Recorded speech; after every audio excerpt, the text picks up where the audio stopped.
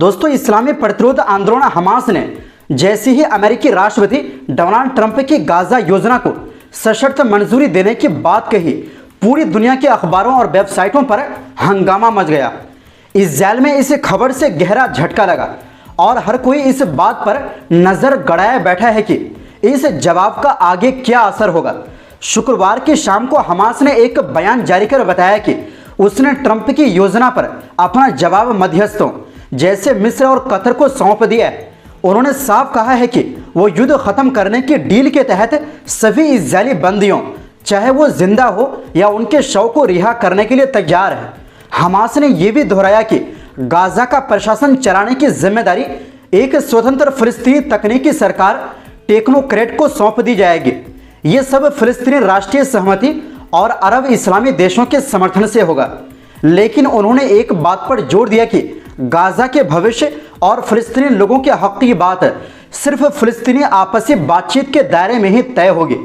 दोस्तों, सबसे अहम बात यह है कि हमास की प्रतिक्रिया के बाद दुनिया के बड़े अखबार इस घटना को किस नजरिए से देख रहे हैं, ये जानना भी जरूरी है। तो चलिए शुरू करते हैं। ब्रिटेन के अखबार द गार्जियन का कहना है कि ट्रंप ने जिस तरह इस्राएल को बमबारी रोकने का हुक्म दिया, उससे जाहिर होता है कि वही अकेले ऐसे नेता हैं जो इस्राएली प्रधानमंत्री बेंजामिन नेतन्याहू को युद्ध विराम के लिए मजबूर कर सकते हैं। अखबार ने इसे हमास के उस बयान से जोड़ा है जिसमें उन्होंने सभी इस्राएली बंधकों को छोड़ने की तैयारी दिखाई है अगर कैदी अदला बदली की डील हो जाती है।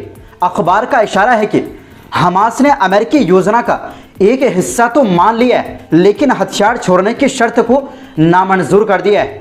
48 बंधकों को छोड़ने की बात कहकर हमास ने भविष्य में अपने हाथ में दबाव बनाने वाला पत्ता थोड़ा कम कर लिया है। इस्राएली अखबार यदीओत अहरोनोत ने ट्रंप की घोषणा के बाद हुई भारी शर्मिंदगी पर ध्यान दिया। अखबार ने बताया कि नेतन्याहू खुद इस रुख से हैरान थे, जिसके बाद उन्हें तुरंत बैठकें करनी पड़ी। नेतन्याहू की चिंता यह है कि हमास ने अपने जवाब में इस्राएली सेना के गाजा में बने रहने की बात नहीं मानी। अखबार का मानना है कि हमास योजना की ज्यादातर शर्तें तो नहीं मान रहा, लेकिन उसने बातचीत के लिए दरवाजा खुला रखा है ताकि उस पर यह इल्जाम ना लगे कि उसने हर बात को सिरे से खारिज कर दिया। सूत्रों के मुताबिक बातचीत की कुछ गुंजाइश है और मुमकिन है कि इस्राएल का एक बड़ा प्रतिनिधिमंडल बातचीत के लिए दोहा जाए।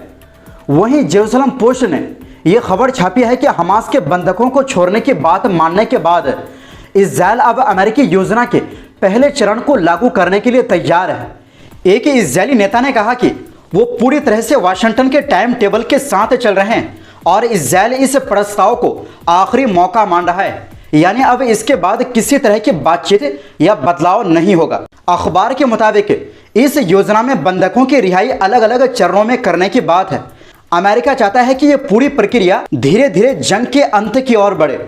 हालांकि कुछ संकोच या हिचकिचाहट अब भी है, लेकिन अमेरिका का जोर यही है कि समझौते की सारी शर्तें धीरे धीरे पूरी की जाएं, जब तक कि सारे लक्ष्य हासिल ना हो जाएं। अमेरिकी अखबार वाशिंगटन पोस्ट ने इस बात को अहमियत दी कि हमास ने जब सभी बंधकों को छोड़ने की बात कही तो ट्रंप ने तुरंत इस्राएल से फौरन गोलीबारी बंद करने की मांग की।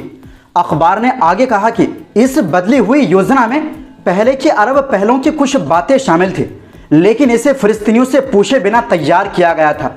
अखबार ने बताया कि अरब देशों के अधिकारी इस बात से नाराज थे कि नेतन्याहू के वाशिंगटन दौरे के तुरंत बाद ट्रंप के साथ बातचीत में आखिरी मिनट में बदलाव किया गया। उन्हें लगा कि इससे शुरू में स्वागत होने के बावजूद अरब देशों के बीच इस योजना की स्वीकार्यता कम हो गई। अखबार द इंडिपेंडेंट के पत्रकार बेल ट्रू ने लिखा कि हमास ने ट्रंप की शांति योजना की कुछ अहम शर्तों को मानने की इच्छा जरूर दिखाई है, लेकिन उन्होंने सवाल उठाया कि क्या इतना काफी होगा। उनका कहना है कि इस 20 बिंदुओं वाली योजना के कई हिस्से अधूरे और उलझे हुए हैं, जिससे ट्रंप, नेतन्याहू और हमास तीनों ही इसे अपने अपने हिसाब से तोड़ मरोड़ कर पेश कर सकते हैं। बेल ट्रू ने यह भी कहा कि दोनों पक्ष अपनी सुविधा अनुसार इस योजना का समर्थन दिखा रहे हैं। इससे साफ होता है कि योजना में जो जानबूझकर अस्पष्टता रखी गई है, उसने नेताओं को राजनीतिक खेल खेलने का मौका दे दिया है और इसी वजह से इस योजना को जमीन पर लागू करना बहुत मुश्किल हो सकता है। वहीं द टाइम्स ने एक पूर्व इजरायली सैन्य अधिकारी के हवाले से बताया कि हमास के जवाब में ना का मतलब हाँ से कहीं ज़्यादा साफ सुनाई दे रहा था। अखबार ने यह भी बताया कि कुछ अरब देश वाशिंगटन पर दबाव डालकर हमास के रुख का समर्थन कर रहे हैं ताकि योजना में इजरायल के गाजा से हटने की समय सीमा जैसे बदलाव किए जा सके। अखबार ने आगे लिखा कि अरब और इस्लामी देशों ने शुरुआत में इस योजना का स्वागत किया था, लेकिन अब वो इसके कुछ हिस्सों से पीछे हट रहे हैं। द टाइम्स ने पाकिस्तान के एक बयान का जिक्र किया जिसमें कहा गया कि ये योजना उनकी उम्मीदों या सोच से मेल नहीं खाती। एक अरब अधिकारी के मुताबिक नेतन्याहू ने योजना की घोषणा से ठीक पहले ट्रंप को कुछ अंतिम बदलाव करने के लिए मना लिया था। वहीं दोस्तों, जब हमास ने अमेरिकी राष्ट्रपति ट्रंप के शांति प्लान पर अपना समझदारी भरा और सदा हुआ जवाब दिया तो इससे गाजा के लोगों को काफ़ी हैरानी हुई। सोशल मीडिया पर और मैसेजिंग ऐप्स पर तो जैसे सवालों की बाढ़ आ गई। क्या जंग अब सच में रुक गई है? ये सपना है या हकीकत? हमास का ये बयान, जिसे कहा जा रहा है कि मध्यस्थों की मदद से तैयार किया गया, एक बड़ी चाल साबित हुई।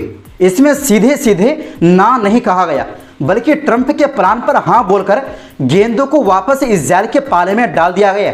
बीबीसी के मुताबिक गाजा के लोगों के मन में अभी उम्मीद भी है और डर भी। कुछ फिलिस्तीनियों को खौफ है कि हमास किसी जाल में फंस गया है और इजरायल बंधकों को छुड़ाने के बाद फिर से हमला शुरू कर देगा, जबकि बाकी लोग इसे 2 साल की तबाही को रोकने का एक सुनहरा मौका मान रहे हैं। गाजा में रहने वाले इब्राहिम फारिस ने बीबीसी से कहा, ज़रा सब्र करो, इतनी जल्दी खुश मत हो, अभी ढेरों बातचीत होगी और तुम जानते हो कि शैतान हमेशा छोटी छोटी बातों में छिपा होता है। अल्लाह करे ये डील हो जाए। पर लेबनान को देखो, वहाँ अब भी लोग बेघर हैं और हवाई हमले जारी है। महमूद दाहर ने फेसबुक पर लिखा कि हमास का जवाब गजब का था क्योंकि ये एकदम सीधा था। उन्होंने कहा, इस बार तुरंत लेकिन वाला शब्द नहीं आया। बंधकों की रिहाई, जंग खत्म करने और फिलिस्तीनी अथॉरिटी को सत्ता सौंपने की बात पर हाँ कही गई। यहाँ तक कि हमास ने ट्रंप की तारीफ भी की, मगर सब लोग राजी नहीं हैं। हमास के पुराने विरोधी खलील अबू शम्माल का कहना है कि ये फैसला सिर्फ अपनी कुर्सी बचाने के लिए लिया गया है। उन्होंने कहा, आप इसे समझदारी या लोगों के लिए फैसला कह सकते हैं, पर सच यह है कि हमास अपनी ताकत बनाए रखना चाहता है। मुझे शक है कि ये बयान हमास ने खुद लिखा होगा। ये बहुत होशियारी से दिया गया जवाब था।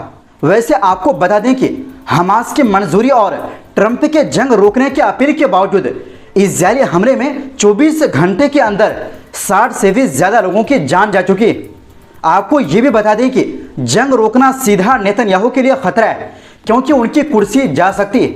ऐसे में अब देखना यह है कि इजरायल क्या करता है और ट्रंप इस जंग को कैसे रोकते हैं। वैसे आपको क्या लगता है? अपनी राय कमेंट बॉक्स में ज़रूर दें। फिलहाल के लिए इस वीडियो में बस इतना ही।